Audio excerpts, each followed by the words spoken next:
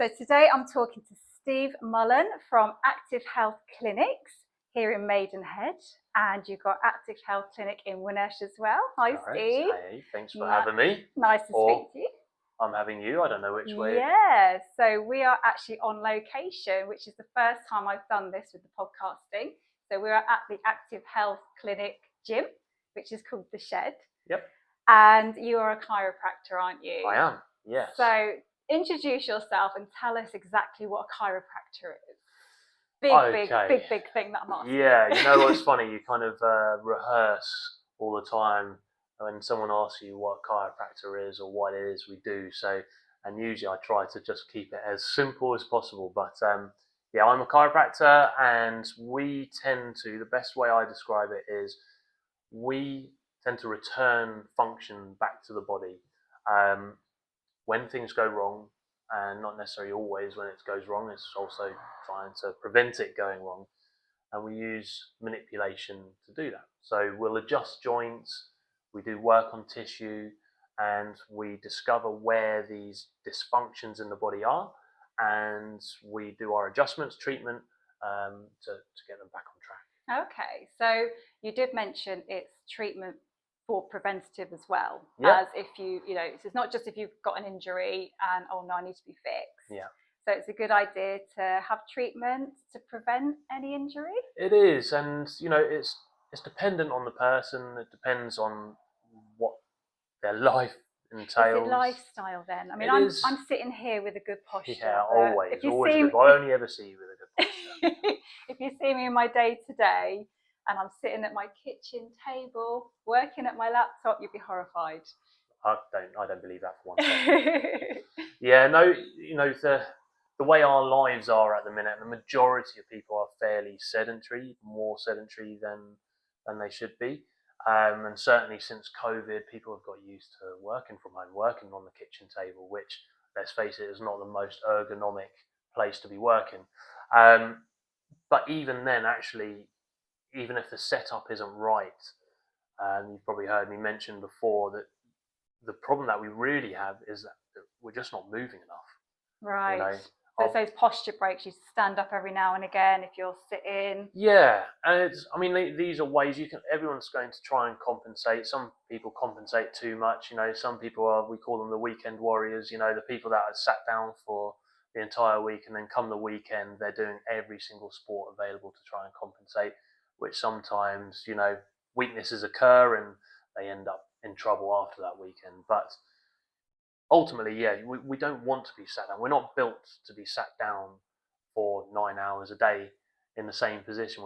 We're built for moving. We're built for chasing things, building things. That's what we're really built for. So the minute we're sat down for too long a period, then that becomes an issue. Your body starts telling you that actually you need to do something about it. Yeah.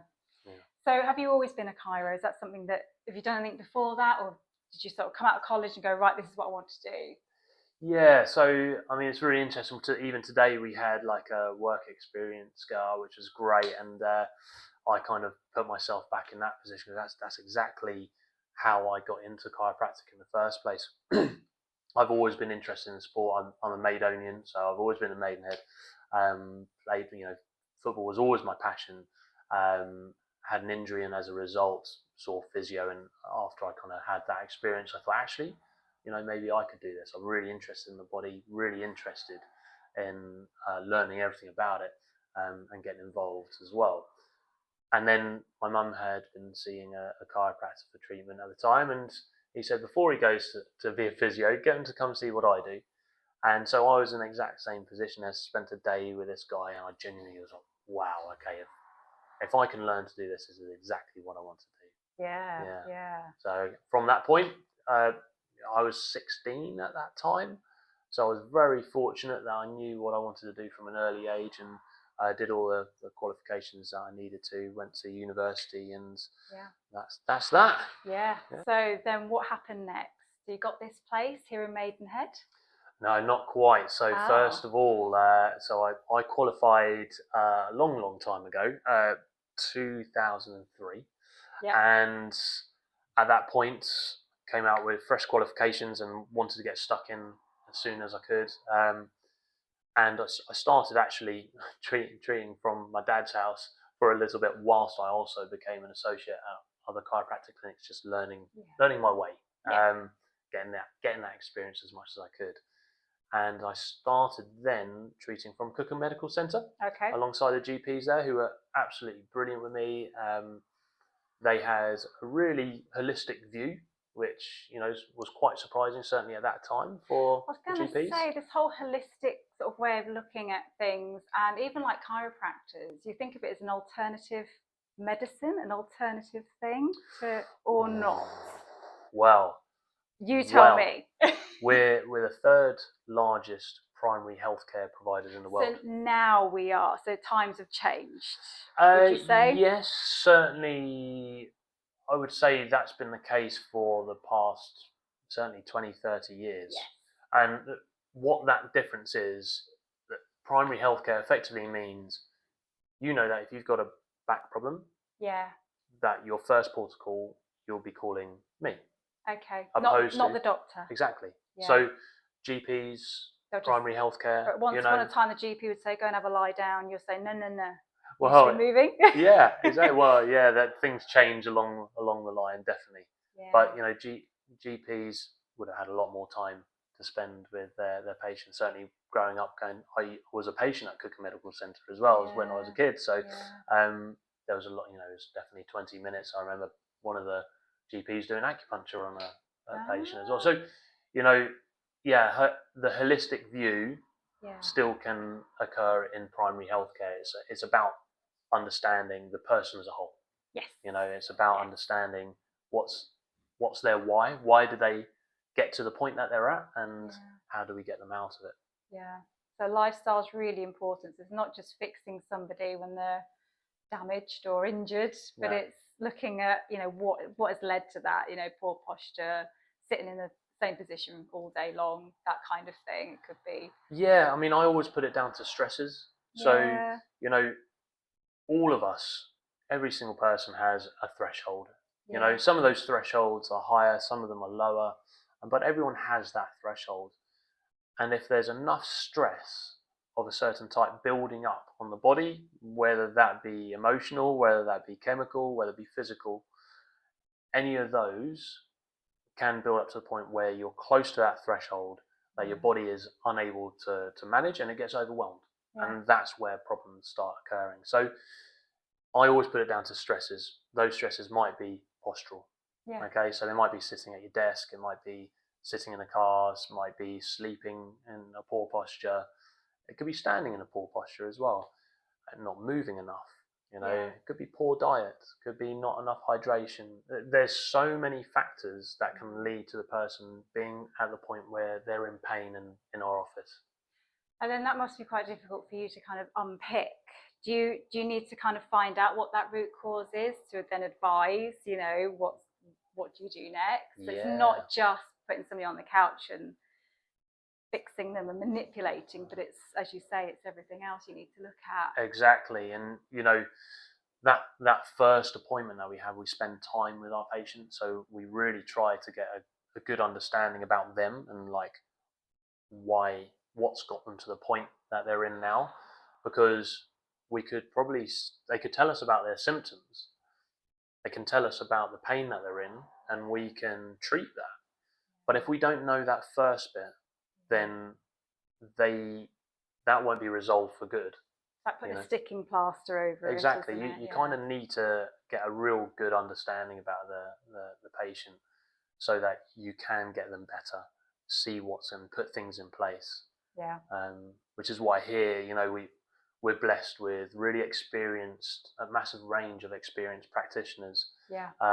From it's not just chiro here, exactly, is it? No. Yeah, it's chiro, physio, acupuncture, PT, strength and conditioning. We've got so much in one place that we often find that people's treatment plans ends up needing at least one or the other, and needing more than just one. Yeah. And all the practitioners realize that they're not the answer to everything. It's kind of like leaving that ego at the door and realizing, right, we're doing what we need to for this patient. Yeah. Patient-centered, true patient-centered. Yeah, and you've got a real community here as well, haven't you? You do lots of things for your patients. We do our best. Yeah, we do our best. We do like community things and talks and workshops and things, and definitely. you do like walk and talks as well. Yeah. Anything. Once again, it's about the education side as well. We hope that people will, we can build that trust that we're in it to help them, by doing the education, doing the workshops, like you say, get people outdoors. Try to give, the number of patients that we've had that they're at a place where we need to get you moving, but they're by themselves, they're quite isolated. So we started up a walking group just for social and for exercise. That's run by Alan, our PT, and he'll take them out for walks on a Thursday morning, and it's trying to build up a little bit of something to influence. We're all talk about kind of the move, and then we're putting that talk into action. Yeah, because so the motivation comes later as well, like when you've been for a PT session or done any exercise, that thought of it is quite overwhelming, and it's really easy to kind of say, no, not today. Yeah, exactly. Sometimes you just need either a little bit of push or maybe even an accountability. Let's say accountability. There's nothing wrong with a bit of accountability. And doing it as a group, you're not, as you say, you're not on your own. Yeah. So you're with everybody else. You know it's going to happen at that time. So exactly. And then, you'd be out, you'd be talking so much you didn't even realise that you walked a good bit. So that's important. And does it come rain or shine? You're out there. Yeah, 100%. Yeah, 100%. Why no not? such thing as bad weather. Yeah, we're in England after all. You can change all 4 seasons in the day, can't you? Yeah. And I've done a workshop with you as well in the park, and we've got another one planned. So it could rain, but we just do it. It is what it is. We'll work it out. Yeah, absolutely. Roll with the punches. So here at the Active Health Clinics and the one in Winnersh as well. How long have you had the one at Reading? Coming up to 4 years now. And how long have you had the one here? So we started this in 2009. So we've been here 16 years now, which is amazing to think. Like it still seems like yesterday that we were in there painting doors and getting the place up and running. It's amazing to see. Sometimes you need to step back a little bit and look at it and go, wow, we've got a great team together now. And it's built up so much over that period. You've got a team going, so you've got PT, so you've got Alan the PT, and then you've got sports massage, acupuncture. What else have you got going on here? We've got chiropractic, we've got osteo, so physio, acupuncture, we've got personal training. We've got our S&C coaches. We've got the kind of level 5 massage therapist, sports massage. So what is the difference between a sports massage and just going to the spa and having a aromatherapy? Mainly the lack of whale music and it's not quite, definitely not the same. Sports massage doesn't necessarily mean that you have to. I was going to say, it's not like you've just done a workout and you're going to go for a massage. It's not like that. The title is probably a little bit misleading because anyone can have sports massage. You don't have to be super active to get sports. You don't have to be an athlete. It can be anyone. I think the difference is that with these guys, similar to the ethos that we have, before they get stuck into massaging anyone, they take a history, they do an examination, they get to that why they're here, and so that they can get stuck into the right places. And they have lots of different types of techniques to get them to the place they need to be, provide exercises and stretches as well. So ultimately they can change the amount of strength they're putting through the massage.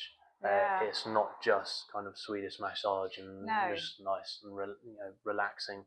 Some people, I don't know how, find it very relaxing. I will confess that I had my first sports massage here. And it wasn't what I was expecting, because I'm used to going, not used to, but they're the massages that I've had before at the spas and those sorts of treatments. And it was really, I was quite surprised, pleasantly surprised. I was expecting pain. It doesn't have and it didn't hurt. No, exactly. It was really nice. Really good. What's great as well, 2 of our guys that are here are trained to be osteopaths, so they've got the background knowledge as well. That they're already level 5 massage therapists, and they're getting the background knowledge of treating someone, not just kind of, right, we've got neck pain, well, let's do the whole body anyway. Yeah. And it's kind of really listening to what the patient needs. And then, as you say, that's where you kind of work together. So then they can refer, you know, go into the gym, you know, X amount of times a week, and these are sorts of exercises that are recommended for you. Yeah. And so if they pick up on something that's kind of outside of their remit of what they can manage, they don't hold back. They're straight for a referral. Yeah. You know, that's the thing, is there's no point carrying on if we're not getting the benefit. Yeah. And if there's something more that needs help, then they need referring. And to be honest, we're the type of clinicians that actually, it doesn't have to be in-house. If a patient needs something, we generally know where they can get it from. It doesn't have to be in here if we don't have it. You know, podiatry is one of them. I send people to plenty of podiatrists. We don't have them here, and I've got a good podiatrist that I recommend. So you know, we just do it. Yeah, absolutely. Just making sure, as you say, that patient, their needs come first. Exactly. Yeah, it's so important. Yeah. So important. So as a chiro, and then you mentioned osteopath. Yep. And again, that's working with the bones, isn't it? It is, yeah. So what is the difference? I get confused. Yeah, look, sometimes I start explaining the difference between osteo and chiro, and I sometimes confuse myself. So I can understand. Ultimately, both chiropractors and osteopaths have that license to manipulate joints. They have the license to adjust. Okay. Yeah. So after that, it comes down to the difference actually is the philosophy behind, which you can go really deep, you know, and how they're taught. But ultimately, osteopaths can adjust and chiropractors adjust. Then it's about how the practitioner themselves want to approach that patient and their ethos and their philosophy, right? Okay. So it's really interesting because, you know, I mentioned that we've got osteopathy. We haven't long had osteopathy at the clinic. And it's really interesting. There's been patients there that some of the massage therapists have been trying to influence to go see one of the chiropractors, but they flat out said, no, don't want to see a chiropractor, don't want to see a chiropractor. I'm happy to see an osteopath. Yeah. So they would go see an osteopath, and they're really over the moon with osteopathy. And what's really interesting is these guys, we treat so similarly. Yeah. You know, there's not a lot of difference in how we're treating as practitioners. But it's sometimes they've got people have it in their heads. They prefer chiro, they prefer osteo. And to be honest, that's fine. You know, if they have that preference, that's so it's fine. just a personal thing. So it's not necessarily down to needs. It's just a personal. Yeah, I mean, so much is involved in it's your health, right? It's you know, it's so important. So you have to build up that relationship with the practitioner. You have to trust that practitioner. And if one of the barriers is that actually you've heard that chiropractors treat like this, if that's the barrier and you want to go see an osteopath, then it's absolutely fine. Yeah. You know, if that's one of the barriers. But then it's a case of knowing and building up that trust. Yeah. So I often give it, I know it's a slightly more male orientated way of explaining this, but you know, we often have it in barbers, right? We go sit in a barber, and the amount of times I sat in a barber and go, this is the guy that I want to get my hair sorted. And then one of the other guys comes free and he says, right, we're ready. And you have that kind I want that one. Yeah, it's like you kind of feel awkward, don't you? You kind of, well, I wanted him. I wanted him, but then you feel like, oh no, well, I need to go to him because he's, you know, we're being pulled in those directions. It's so important. So important that you know, I built up that relationship. He knows that I'm a Man United supporter. He knows for all my sins. You know, we'll talk about things. He remembers the type of hairstyle I want or anything like that. In the same way, you build up that relationship with your health. If you're going to see an osteopath or chiropractor, massage therapist, build up that relationship. So it really is less so about the treatment as such, and much more about that relationship with the practitioner. Right. So I actually, the first time I ever really looked at sort of osteopath, chiro, it was actually more osteopath, was when my daughter was born, and she had to have some cranial osteopathy. Do you treat younger children, babies?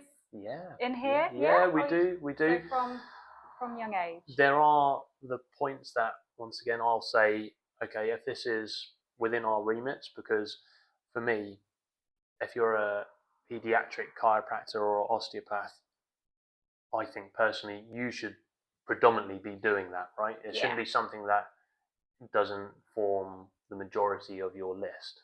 Okay, so there are some cases that will get that are a bit more complex, and we'll refer them to somebody the who specialises more in that area. We've got two two great guys in the area. We're really blessed with a good cranial osteopath in the area, so we don't hold back. We refer them. So it's all. But we do treat kids.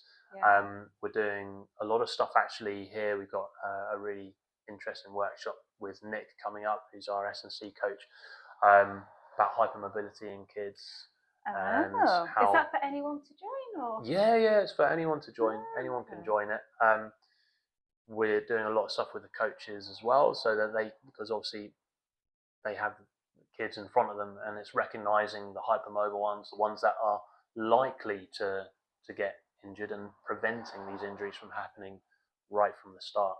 So it is a big interesting case.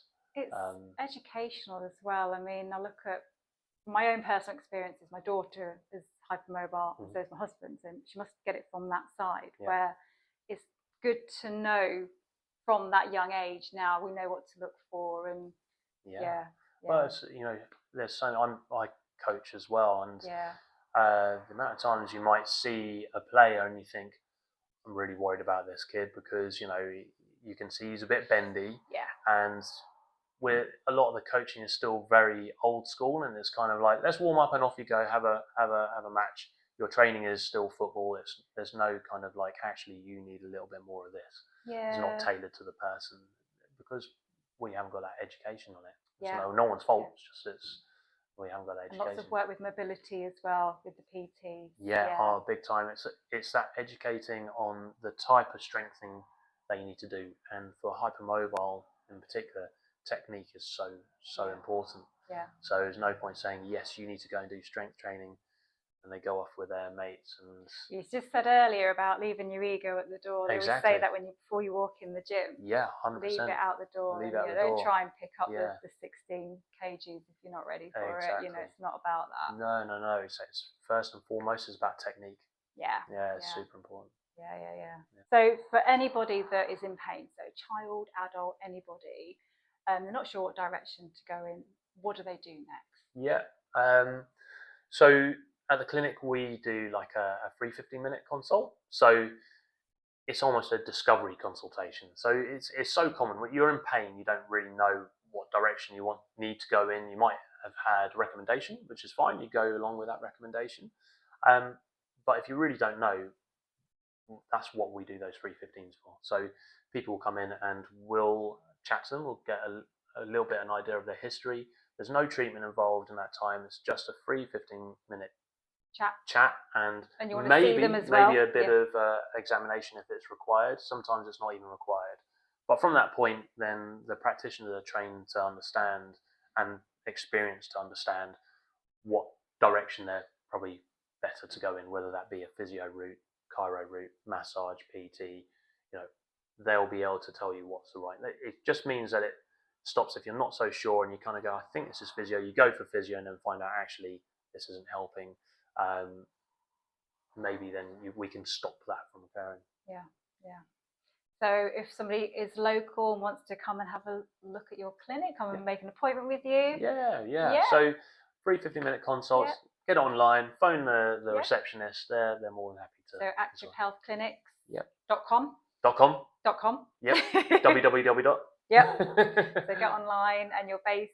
So if anyone's local, you're based on St Mark's Road in Maidenhead. Correct. Yeah, I'm not very good at plugging myself. Winnersh Triangle, is that right? Yeah, it is. Yeah, in the Winnersh Triangle Business Park. So at Buzz Gym in Winnersh Triangle. So we're in that gym there. And if you need to get in touch, it's 01628 626 565. Oh, brilliant. Thank you so much for talking to me. Did I say that right? I don't know.